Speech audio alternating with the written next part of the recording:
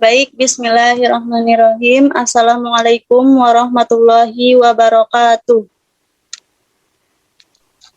Waalaikumsalam warahmatullahi wabarakatuh.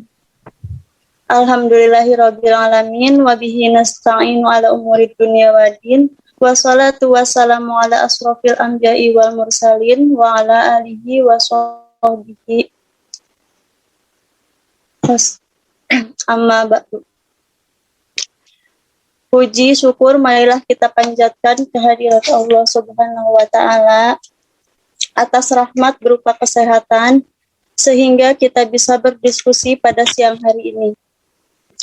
Tak lupa salawat beserta salam tetap tercurah limpahkan kepada baginda kita yakni Habibana wa Nabiyana Muhammad sallallahu alaihi wasallam. Kami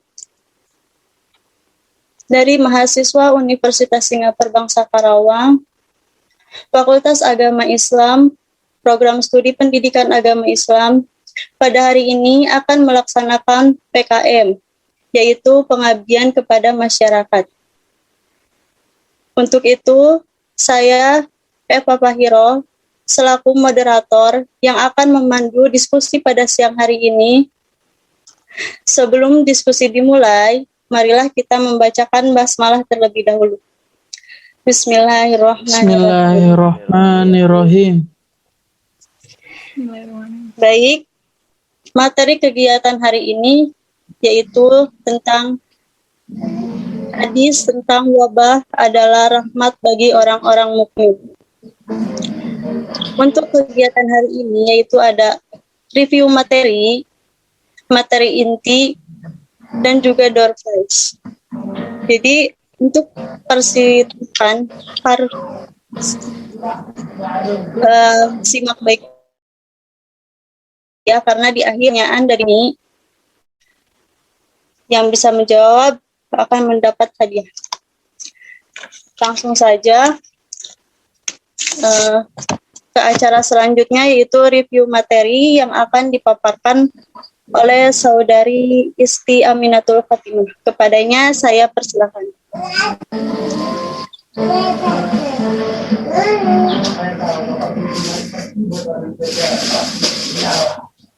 Bismillahirrahmanirrahim. Langsung saja saya akan menyampaikan review materi minggu kemarin. Penyakit menular ialah penyakit yang dapat berpindah dari seseorang ke orang lain. Penyakit dapat ditularkan baik melalui kontak langsung dengan penderita, melalui binatang, darah, makanan dan minuman, atau benda-benda yang sudah tercemar oleh bakteri, virus, cendawan atau jamur. Takdir merupakan ketentuan Allah Subhanahu wa taala atas apa yang terjadi di alam ini. Apa yang terjadi sekarang, besok sudah ditentukan jauh sebelum Allah Subhanahu wa taala menciptakan alam ini. Apa yang terjadi di alam ini merupakan hukum alam. Dalam hal ini biasa disebut sunatullah. Melalui hadis ini Rasulullah mencoba mendekatkan perkara penyakit menular kepada logika manusia agar manusia berpikir bahwa penyebab penyakit bukanlah berasal dari yang sakit, melainkan dari zat yang menciptakan sakit dan menciptakan sehat. Dialah Allah Subhanahu wa taala, Rabb semesta alam. Mungkin cukup sekian, saya kembalikan kepada moderator.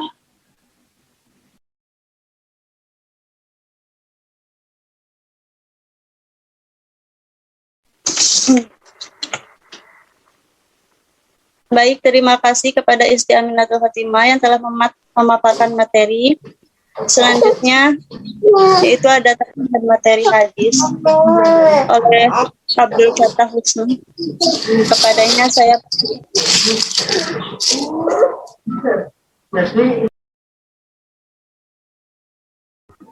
Oke, baik. Terima kasih kepada moderator yang telah memberikan waktu kepada saya untuk membahas materi tentang wabah sebagai rahmat. Langsung saja ke materi. Bismillahirrahmanirrahim. Indonesia dan dunia pada umumnya kini sedang didera atau suatu bencana wabah bernama serangan virus COVID-19. Situasi demikian genting sampai-sampai umat Islam pun kini tak bisa lagi merasakan indahnya atau kehusyuannya sholat berjamaah di masjid. Namun ketimbang memandang wabah ini semesta sebagai musibah, kita bisa coba memetik hikmah, yaitu kita sebagai umat seharusnya menyadari betapa kita selama ini telah berbuat melampaui batas atau israf, berlebihan. Pengurasan sumber daya alam secara berlebihan, polusi, hingga pembangunan permukiman sampai mengusur habitat satwa liar. Semua itu kini berubah menjadi wabah yang kita alami saat ini. Selain itu, sikapi wabah ini dengan sabar. Wabah sejatinya bisa menjadi rahmat, bahkan ladang ibadah bagi manusia. Rasulullah Shallallahu Alaihi Wasallam bersabda yang diriwayatkan oleh Imam Al-Bukhari, yang artinya sampar atau wabah adalah azab yang Allah timpakan kepada siapa saja yang dikehendaki. Tapi Allah menjadikannya rahmat untuk orang-orang mukmin.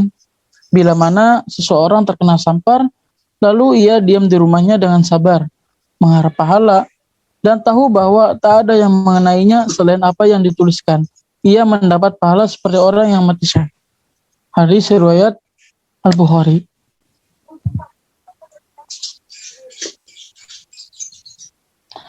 Di sini sikap sabar menanggung wabah beserta segala akibat yang menyertainya justru dianggap sebagai ibadah yang bernilai pahala. Selain itu, hadis ini mengajari manusia untuk tetap diam di rumah demi mencegah persebaran infeksi. Islam pun mengajak semua orang untuk tetap tenang dan mengimani takdir Allah. Sebab jika Allah tidak menghendaki, virus pasti tidak akan menjakiti orang yang bersangkutan.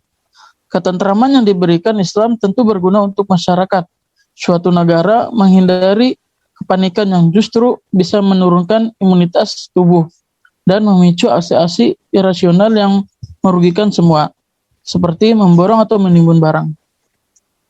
Hadis di atas juga menjanjikan nasib baik bagi orang-orang yang bersabar menanggung pandemi, yaitu mendapat tiket masuk langsung ke surga, karena dianggap sebagai syuhada alias orang yang sedang berjuang, berjihad di jalan Allah. Jadi orang yang kena terpapar COVID itu diibaratkan seperti orang yang sedang berjihad karena melawan penyakit tersebut.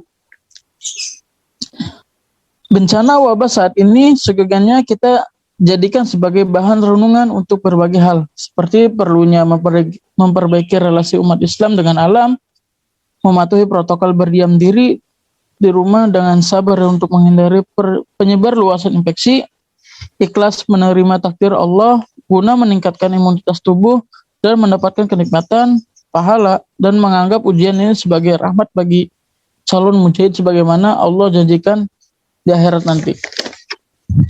Manfaat pula waktu luang yang ada di rumah sekarang ini untuk meminta pertolongan kepada Allah Subhanahu wa taala dengan meningkatkan ibadah, utamanya membaca Al-Qur'an. Sebab Allah Subhanahu wa taala sendiri menjanjikan dalam Al-Qur'an yang artinya dan kami turunkan dari Al-Qur'an sesuatu yang menjadi penawar dan rahmat bagi orang yang beriman. Sedangkan bagi orang yang zalim, Al-Quran itu hanya akan menambah kerugian. Quran surat ke-17 ayat 82. Syekh Ibnu Taimiyah dalam Al-Fatawa mengatakan, segala sesuatu yang diperintahkan dan dicegah oleh Allah Subhanahu wa taala pasti mengandung maslahat, manfaat maupun hikmah. Mungkin hanya itu saja yang dapat saya sampaikan, kurang dan lebihnya mohon maaf. Saya kembalikan lagi kepada moderator. Terima kasih.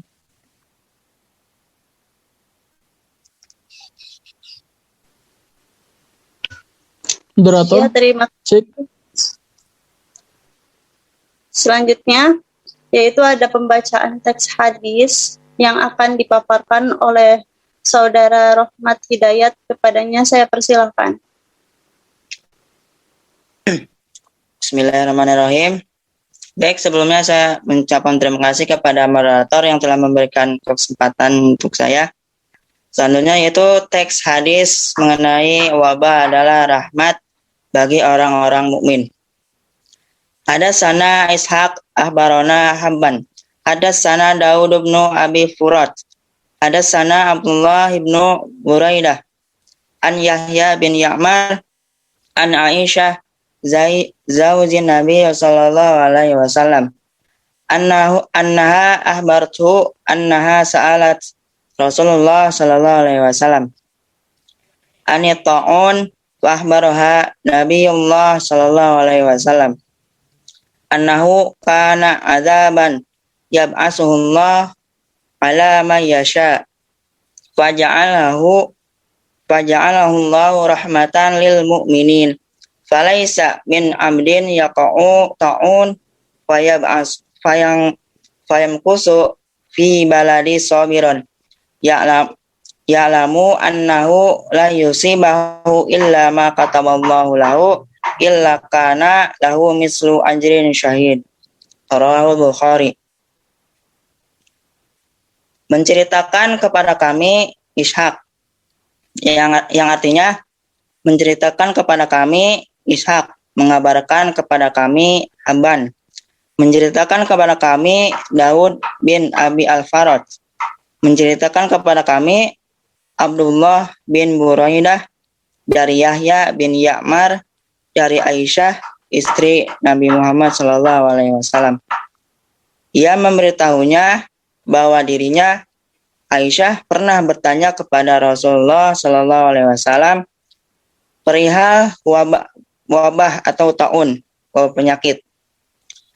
Lalu Nabi Muhammad SAW memberitahu Aisyah, dahulu taun adalah suatu siksaan yang dikirimkan Allah Subhanahu wa taala kepada siapa saja yang dikehendakinya. Lalu Allah menjadikannya sebagai rahmat bagi orang-orang yang mukmin. Tiada seorang hamba yang tertimpa taun, wabah, kemudian menahan diri di negerinya dengan bersabar seraya menyadari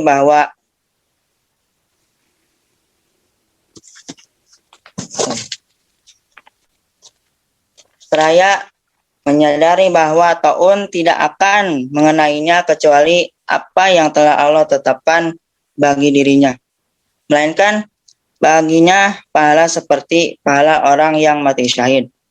Hadis yang diriwayatkan oleh Imam Al-Bukhari, nomor hadis 5734. Terima kasih.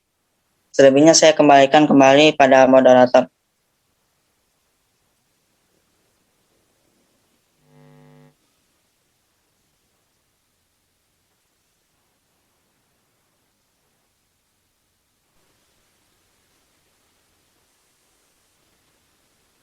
Terima kasih paparannya Saudara Rohmat Hidayat.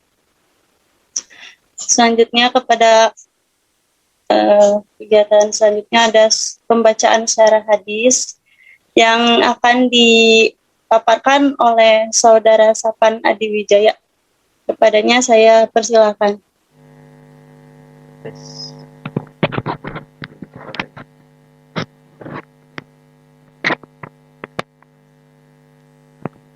Halo, satu ada. Baik, selanjutnya saya akan membacakan syarah hadis.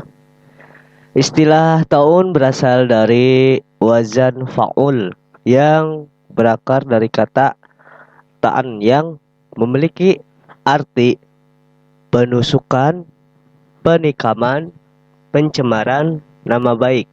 Lalu kata ini menyimpang dari arti asalnya dan digunakan sebagai istilah bagi wabah mematikan. Ibnu Hajar Al-Asqalani memaparkan definisi taun menurut beberapa ulama, di antaranya Yang pertama, menurut Al-Khalil, taun adalah wabah. Kemudian menurut Ibnu Al-Atsir, pengarang kitab An-Nihayah, taun adalah penyakit yang mengotori udara dan merusak anggota tubuh. Selanjutnya menurut Abu Bakar bin Al-Arabi, taun adalah penyakit yang mematikan jiwa seperti sembelihan. Disebut demikian karena banyaknya orang yang terpapar dan mematikan dengan cepat. Kemudian menurut Ad-Dawudi, taun adalah benjolan yang muncul di setiap lipatan anggota tubuh dan itu merupakan wabah. Selanjutnya menurut Iyab, taun adalah bisul yang memborok yang keluar dari tubuh, sedangkan wabah adalah penyakit secara umum. Wabah disebut taun karena keduanya memiliki kesamaan, yaitu mematikan. Setiap taun adalah wabah dan tidak setiap wabah adalah taun. Selanjutnya menurut Ibnu Abdul Bar, taun adalah kelenjar yang muncul dari siku dan ketiak. Terkadang juga muncul dari kedua tangan, jari jemari dan sebagainya. Menurut ulama al-Mutawalli, taun sejenis penyakit kusta. Taun memakan habis anggota tubuh penderitanya. Selanjutnya menurut Imam Al-Ghazali, taun adalah bengkaknya seluruh tubuh oleh darah disertai demam atau mengalirnya darah ke sebagian anggota tubuh sehingga menjadi robek dan memerah. Terkadang juga dapat menghilangkan anggota tubuh tersebut. Selanjutnya menurut Imam An-Nawawi, taun adalah bisul dan benjolan yang sangat menyakitkan. Muncul disertai rasa panas dan menyebabkan warna kulit di sekitar benjolan berubah menghijau, memerah keunguan disertai debaran jantung dan muntah. Benjolan ini umumnya muncul di siku dan ketiak. Selanjutnya menurut sekelompok dokter, diantaranya Abu Ali bin Sina, taun adalah zat beracun yang menyebabkan bengkak yang mematikan di anggota tubuh yang lunak. Biasanya di bawah ketiak atau belakang telinga. Penyebabnya adalah darah busuk yang merusak organ sehingga berdampak pada menurunnya fungsi jantung yang mengakibatkan muntah, mual, dan jantung berdebar. Taun dapat melemahkan organ dan dampak terburuknya melemahkan organ-organ vital sehingga sedikit yang selamat dari penyakit ini. Dari beragamnya definisi taun dari para pakar di atas, Ibnu Hajar Al-Asqalani menyimpulkan hakikat taun adalah benjolan yang muncul akibat letupan darah ke organ tubuh hingga rusak. Penyakit-penyakit lain yang muncul akibat rusaknya udara juga disebut taun, sehingga bentuk majaz metafora karena terdapat persamaan yaitu banyaknya korban jiwa yang ditimbulkan keduanya. Saat menjelaskan hadis ini, Ibnu Hajar Al-Asqalani mengutip hadis lain riwayat Ahmad. Taun adalah kesyahidan untuk orang-orang mukmin dan rahmat bagi mereka. Dan taun adalah akibat dari perbuatan keji bagi orang-orang kafir. Dalam hadis ini sangat jelas bahwasanya taun adalah rahmat yang akan dikhususkan bagi orang-orang muslim. Apabila menimpa orang-orang kafir itu sebagai azab yang dipercepat di dunia sebelum azab akhirat. Dalam hadis Ibnu Umar yang diriwayatkan Ibnu Majah dan Al-Baihaqi disebutkan datangnya taun akibat nampaknya perbuatan keji. Tidaklah perbuatan keji dilakukan suatu kaum hingga mereka melakukannya dengan terang-terangan, kecuali menyebarlah wabah, taun dan kesakitan bagi mereka yang tidak pernah dirasakan oleh umat sebelumnya. Meskipun hadis ini dinilai dhaif, namun ada hadis lain yang menguatkannya, yaitu hadis dari Ibnu Abbas dalam kitab Al-Muwatta. Tidaklah perbuatan zina marak terjadi pada suatu kaum kecuali banyaknya kematian yang akan menimpa mereka. Dan hadis riwayat Al-Hakim, apabila perbuatan zina dan riba terang-terangan dilakukan di suatu wilayah, maka mereka telah menghalalkan adab Allah atas diri mereka sendiri. Pahala kesyahidan bagi orang yang meninggal akibat taun diperoleh dengan beberapa syarat, yaitu yang pertama, sabar. Apabila orang itu bersabar, artinya tidak cemas dan khawatir terhadap apa yang menimpanya, melainkan ia menyerahkan urusannya pada Allah serta merasa ridho atas ketetapannya. Yang kedua, berdiam diri di tempat terpaparnya wabah taun, kemudian tidak keluar melarikan diri dari tempat itu. Yang ketiga, menyadari bahwa taun tidak akan menimpanya kecuali telah digariskan Allah untuknya. Namun jika ia berdiam diri dengan perasaan takut dan cemas atau menyesali mengapa dirinya tidak pergi keluar saja, dengan anggapan apabila ia keluar tidak akan terpapar taun, dan dengan diamnya di tempat tersebut menyebabkan dirinya terpapar, maka yang seperti ini tidaklah memperoleh pahala kesyahidan meskipun meninggal karena taun. Hal ini disebabkan pesimisme yang melahirkan keluh kesah dan marah atas takdir Allah serta tidak menyukai pertemuan dengannya. Demikian yang saya paparkan. Selanjutnya saya kembalikan ke moderator. Terima kasih.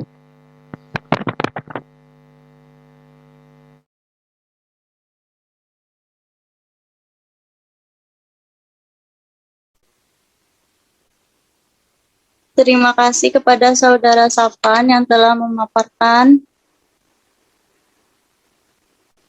materinya. Kepada audiens, mohon dinyalakan kameranya ya, biar kita bisa kenal.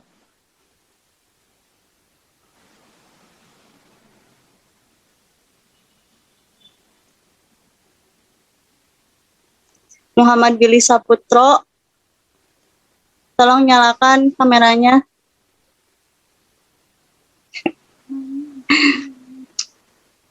Nah, lanjut ke pembahasan selanjutnya, yaitu pelajaran yang dipetik dari hadis yang akan dipaparkan oleh Saudari Fitri Indah Lestari. Kepadanya saya persilakan. Baik, bismillahirrahmanirrahim. Pelajaran yang dapat dipetik dari hadis yang telah diriwayatkan sebelumnya itu diutarakan para pakar dapat diambil kesimpulan bahwasanya taun adalah jenis penyakit khusus dengan berbagai gejala tertentu. Jadi setiap wabah yang menular belum tentu taun, kecuali sebagai analogi atau kiasan. Maka pandemi COVID-19 bisa saja dianalogikan atau dikiaskan dengan penyakit taun ini. Yang kedua, Allah menurunkan wabah sebagai bentuk azab bagi umat-umat terdahulu seperti Bani Israel. Adapun wabah yang menimpa orang-orang mukmin dari umat Nabi Muhammad SAW adalah rahmat dan pahala kesyahidan dari Allah. Rahmat karena sakitnya menjadi penghapus dosa-dosanya, dan pahala kesyahidan didapat bagi ia yang bersabar, mengisolasi diri, dan meyakini apa yang menimpanya adalah takdir Allah. Yang ketiga, perbuatan zalim yang dilakukan manusia adalah salah satu dari sebab terjadinya bencana di muka bumi ini. Contohnya seperti penyerangan tentara Mongol ke Baghdad pada tahun 1258 Masehi yang memakan banyak korban, menyebabkan terjadinya wabah ganas yang menyerang Syam. Begitu pula perbuatan keji seperti zina yang dilakukan secara terang-terangan, itu juga bisa menyebabkan wabah dan bencana yang terjadi di muka bumi. Hal ini diterangkan dalam firman Allah Subhanahu wa taala dalam Al-Qur'an, Bismillahirrahmanirrahim. Zaharul fasadu fil barri wal bahri bima kasabat aidin nasi liyuzikohum ba'dal ladzi amilu la'allahum yarji'un. Quran Surah Ar-Rum ayat 41 artinya telah nampak kerusakan di darat dan di laut disebabkan karena perbuatan tangan manusia, supaya Allah merasakan kepada mereka sebagian dari akibat perbuatan mereka, agar mereka kembali ke jalan yang benar. Sekian yang bisa saya paparkan. Sebelumnya saya kembalikan ke moderator.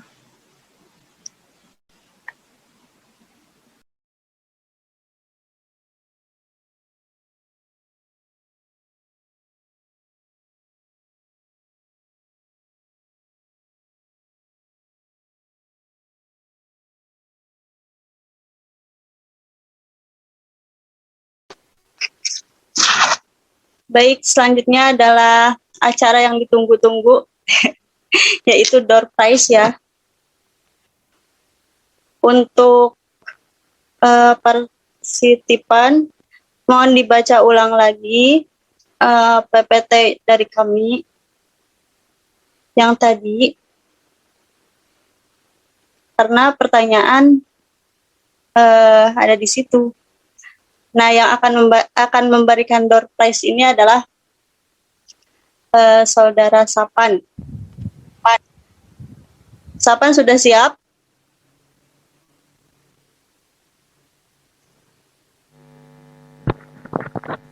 Halo. Iya. Siap. Itu Gimana tadi. Pak Sapan sudah? Ya, siap. Siap. Baik. Audiensnya udah pada siap menjawab belum? Audiens pada hadir semua? Hadir. Hadir. Aman. Oke, siap. Biar seru. Kita langsung ya ke pertanyaannya. Pertanyaannya saya mengambil dari sebuah syarah hadis yang dijelaskan oleh saya sendiri barusan. Pada nyimak enggak nih? Siap? Oke, semua siap? Ready? Bukan Rudy, ready ya? Ya, Oke. Baik, pertanyaannya.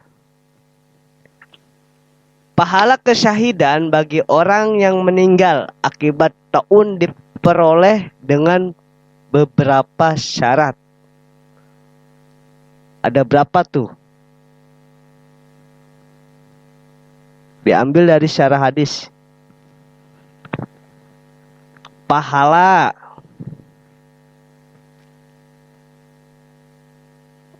kesyahidan bagi orang-orang yang meninggal akibat taun. Ada 3.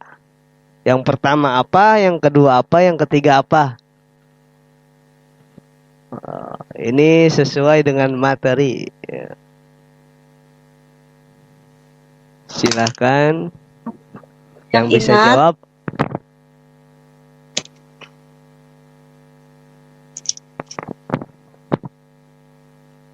Ayo. Hadiahnya sekarang luar biasa loh. Naon cenah?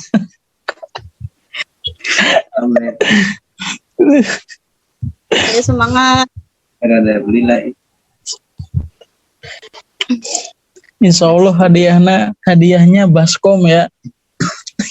Baskom Tupperware. Ayo, diulang lagi pertanyaannya. 3 syarat pahala kesyahidan bagi yang terkena taun.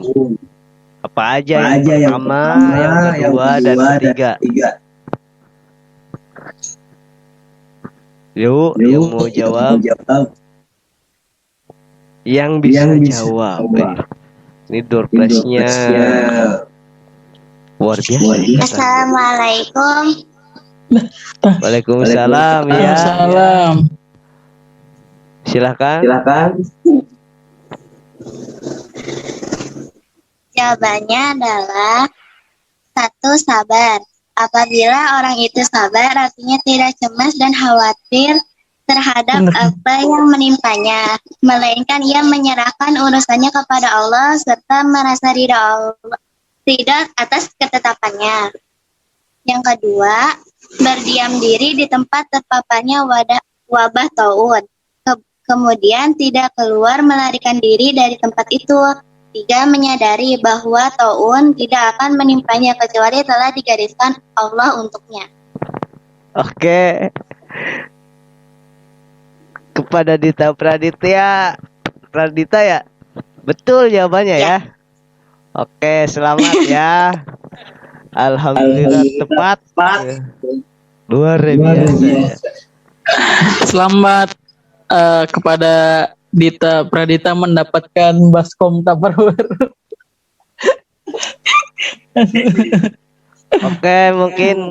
Mungkin ada yang bertanya sekarang kepada kami. Ya, tadi kan kita door prize kepada Dita Pradita yang bisa jawab selamat atas door prize-nya. Nanti setelah usai silakan japri saja. Diberi sesi door prize berapa nih? 1. Oke, 1. Oke, yang ingin sekarang mungkin moderator silahkan. Mau dibuka sesi apa lagi?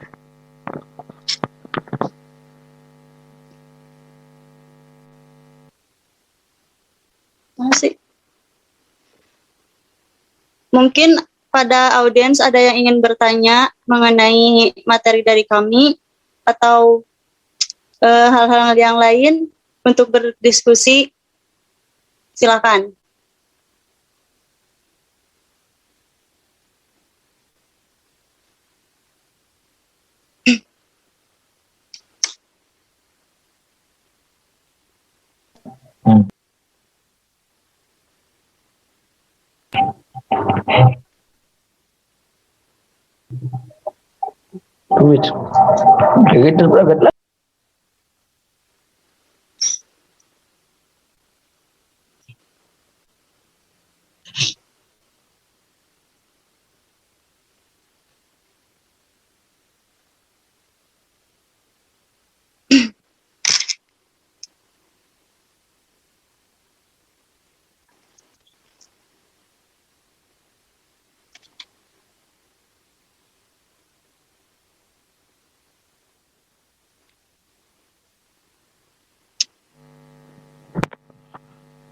Oke, kepada audiens bagaimana? Jika ada yang tidak ditanyakan,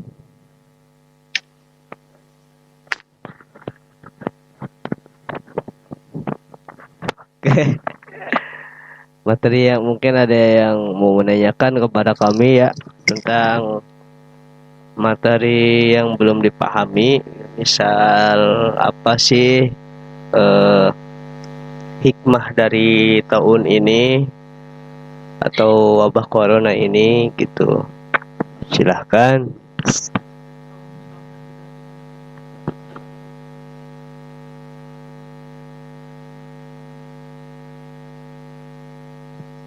Oke.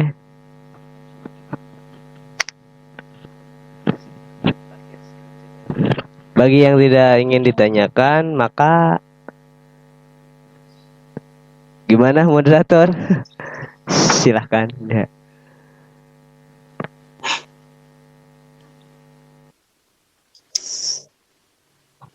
Ini nggak ada yang mau ditanyakan. Mana nih suaranya? Halo.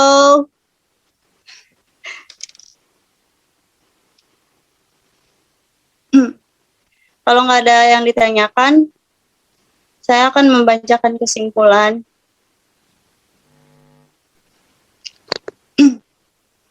Ini adalah penghujung diskusi asik. dari kami, yaitu kesimpulannya dapat diambil kesimpulan bahwasannya ta'awun adalah jenis penyakit khusus dengan gejala tertentu. Jadi, setiap wabah yang menular belum tentu ta'awun, kecuali sebagai analogi atau kiasan. Maka pandemi COVID-19 bisa saja dianalogikan atau dikiaskan dengan penyakit ta'awun ini. Nah, baik, karena waktu sudah habis ya. Mau ditutup aja apa gimana nih? Nggak ada pertanyaan? Nggak akan nyesal? Mungkin kalau misalkan tidak ada yang ditanyakan, langsung ditutup aja ya. Baik. Karena waktu sudah habis dan kegiatan kami sudah selesai, materi pun sudah disampaikan. Pertemuan dari Terima kasih kepada teman-teman yang telah bergabung partisipasi dalam kegiatan PKM kami ini. Semoga kalian sehat selalu. Amin, amin ya Allah, amin. Amin. Oleh duit akeh. Selanjutnya, pembacaan doa penutup yang akan dipimpin oleh Saudara Sapan Adiwijaya. Kepadanya saya persilakan.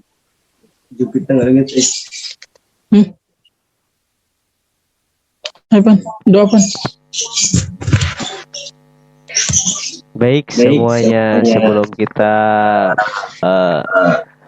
menutup kegiatan ini, kegiatan yang kelima, maka kita tutup dengan doa.